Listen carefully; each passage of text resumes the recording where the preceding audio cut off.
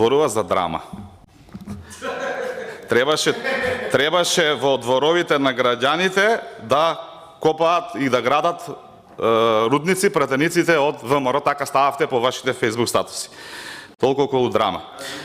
Одиме понатаму. Вие очигледно или не разбирате што поднесувате, или не умете да се изразите.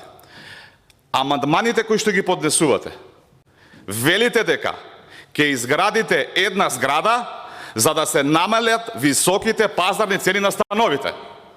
И јас ви го тоа демантирав.